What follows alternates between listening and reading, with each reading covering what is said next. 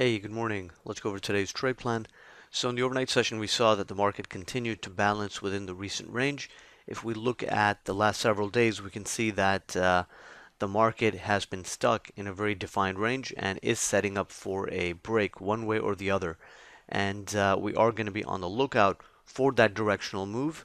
And in real time, we're going to be seeing whether the underlying environment really supports a directional move. So on the upside, we have the short-term balance area high at the 92.5 to 94.5 pre-market resistance, and then the absolute high at 96.75 to 98.75. So those are the zones that would have to be taken out in order for there to be a upside balance breakout. The short-term balance area high volume node is at 86.75, and holding above that level just tells us that the buy side is being a little bit more aggressive. Below that, we have pre-market support 82.5 to 84.5, and the initial support zone at 78 to 80.5, which marks the bottom edge of the recent short-term balance. So if we break down below 78 to 80.5, that could trigger long liquidation down into the 65.5 to 67.5 zone, possibly even lower. And on the upside, if we can break out above 96.75 to 98.75, then we can get some range expansion up into 2108.75 to 2110.75, and of course we would have to see a pickup in volume, or ideally would like to see a pickup in volume in order to really support a wider range. Otherwise, the market can continue to balance within the recent range, and we can get another session similar to yesterday. But that's not the expectation. The market rarely does the exact same thing twice. So, yesterday we were anticipating directional movement as well. It didn't really happen. The underlying environment in real time didn't really support it.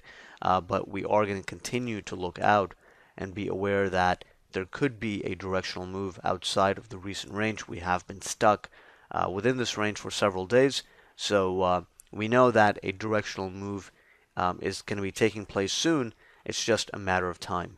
And if the underlying environment really supports that idea today, then we just have to be aware that that directional move could take place, and if that happens, then we need to stop fading the zones and get on board in direction of the move.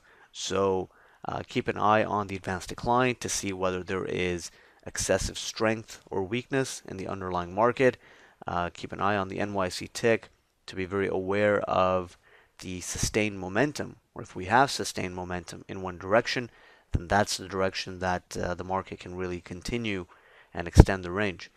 So heading into the open, the understanding is that the market is stuck in balance. It is trading within a range, but there is the possibility of a directional move. And if we start seeing those signs that are supporting directional movement, sustained momentum, excessive weakness or strength, fluid price action, then we are going to focus on taking trades in that direction and be careful on any fade setups. By default, we are going to continue to give edge to the buy side above the 78 to 80 half, and especially above the 86.75 short-term balance area high volume node, but it really can break in either direction. It's stuck in a range. It can go either way. By default, we're expecting an upside break, but that does not mean that it has to be an upside breakout. It can technically break below 78 to 80 half, but until we get that breakdown, or until we start seeing some very clear signs of sustained momentum on the downside and fluid price action, the market can continue to chop a bit. But once you break 78 to 80 half, that would be a confirmation of a short-term balance breakdown, and from there we can go down to 65 half to 67 half, where buyers could be active on first test, but they don't necessarily have to stop the price action there, and we can go even lower into the 62.75 naked VPOG and the 58 quarter 60 quarter zone. So the market can tip in either direction, and we have to be very open-minded into where it can go, and just simply watch the market in real time and try to get on board if a directional move does trigger. Until then, it's stuck in a range. We have a couple of econ reports out at 9 a.m. Central Time, which could serve as a catalyst for a short-term move. Keep an eye on the volume situation. Ideally, if we get a balanced breakout or breakdown, you'd want to see a pickup in volume. So those are the main ideas heading into the open. That's the context heading into the open. So let's see if we see any signs of directional movement.